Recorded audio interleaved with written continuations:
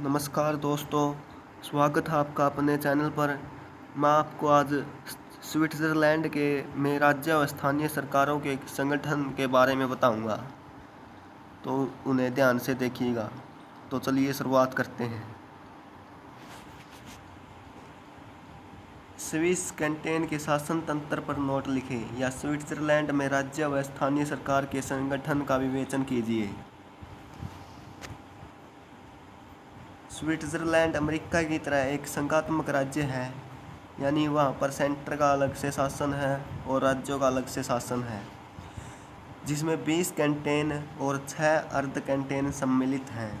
वहाँ पर 20 कैंटन हैं और 6 अर्ध कैंटन सम्मिलित हैं। यह संघीय विषयों का शासन संघ सरकार चलाती है, यानी सेंटर का शासन सेंटर सरकार चलाती है, जबकि कैंटनों का शासन कैंटने सरकार चलाती है। स्विट्ज़रलैंड के कैंटनों को 2 भागों में बांटा जा सकता है। पहला है प्रत्यक्ष लोकतंत्र वाले कैंटन और दूसरे हैं अप्रत्यक्ष लोकतंत्र वाले कैंटन। अब हम प्रत्यक्ष लोकतंत्र वाले कैंटन के बारे में पढ़ेंगे। प्रत्यक्ष लोकतंत्र वाले कैंटन।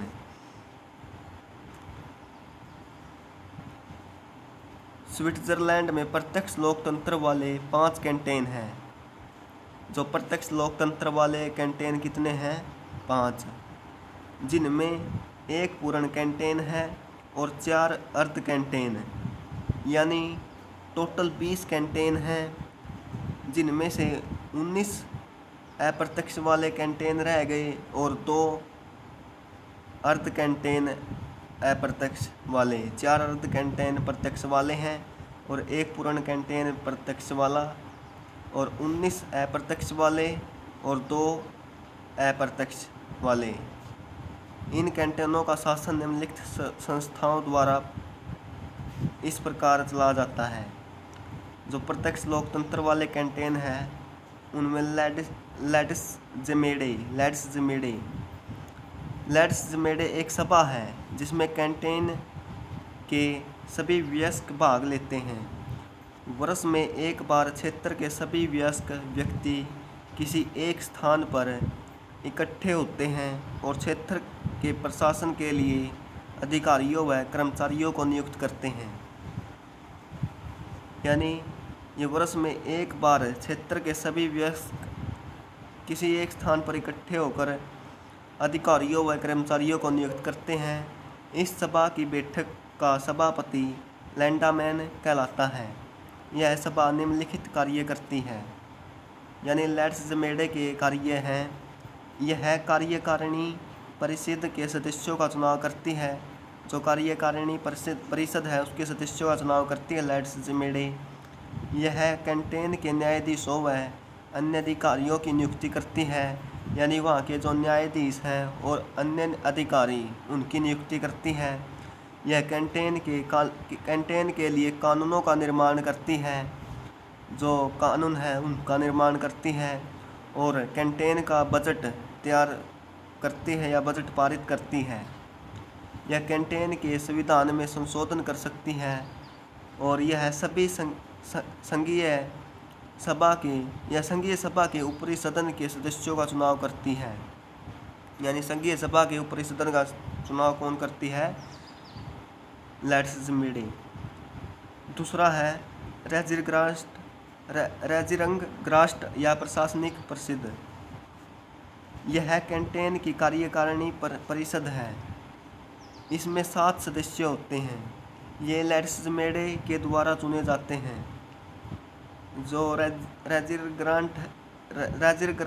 रेजिरंगग्रास्ट है या प्रशासनिक परिषद है, इसमें 7 सदस्य होते हैं और किसके द्वारा चुने जाते हैं? लैड्सजमेडे। लैंडामैन इस परिषद का अध्यक्ष होता है। कौन होता है? लैंडामैन। तीसरे नंबर पर है लैंडराट आधारित कैंटन की परिषद। क्या है? लैंडरोट आधारित, इसे कैंटन की परिषद भी कहते हैं। यह लैड्सजमेडे की परिषद होती है। यह यानी लैड्सजमेडे की परिषद होती है, यानी उस कैंटन की परिषद भी कह सकते हैं इसे। यह कैंटन में एक प्रकार का दूसरा विधानमंडल होता है, और कैंटन में उन कार्यों को करता है जिन्हें लेजिस्लेचर छोड़ देती है। इसके सदस्यों का चुनाव 4 वर्ष के लिए किया जाता है। जो लैंडलॉर्ड होती है यानी कैंटेन की परिषद भी कह सकते हैं इसको, इसके सदस्यों का कार्यकाल 4 वर्ष के लिए होता है।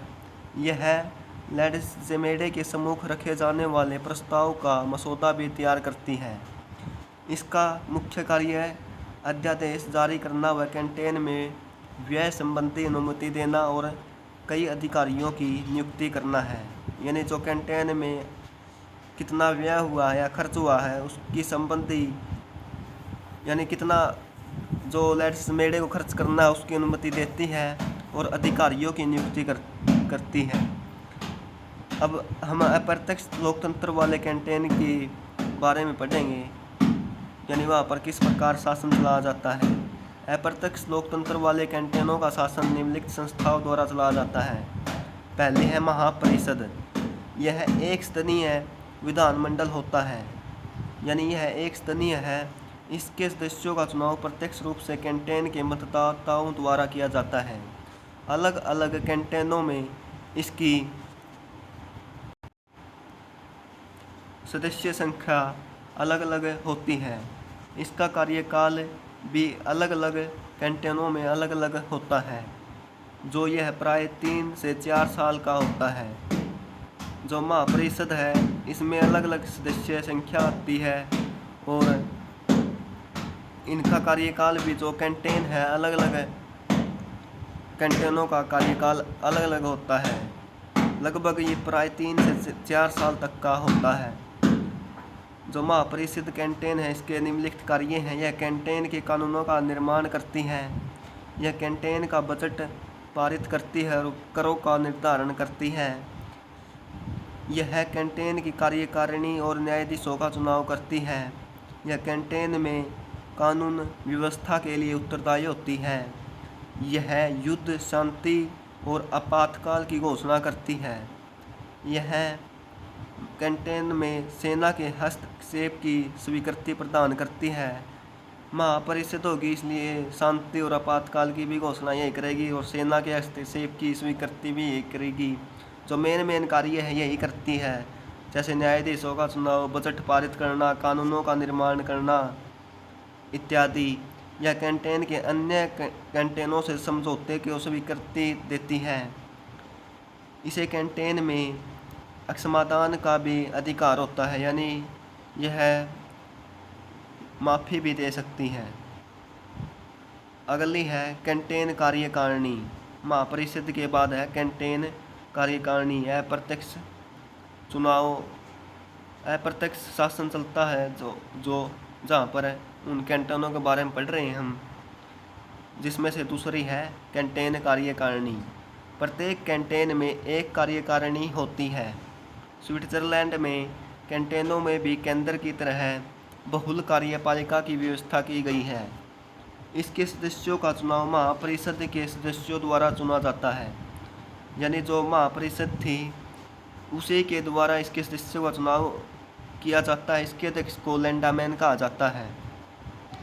इसकी बैठक की अध्यक्षता सदस्य क्रमानुसार करते हैं। यह कैंटेन में निम्नलिखित कार्य करती है। यह कैंटेन में विधेयकों का प्रारूप तैयार करती है।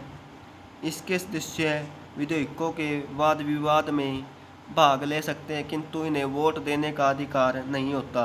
यानी ये वाद विवाद या कुछ क्वेश्चन कर सकते हैं लेकिन वह मान्य नहीं होंगे, यानी वोट देने का अधिकार भी नहीं है इनको। यह कैंटेन में विभिन्न प्रकार की नियुक्तियाँ करती है।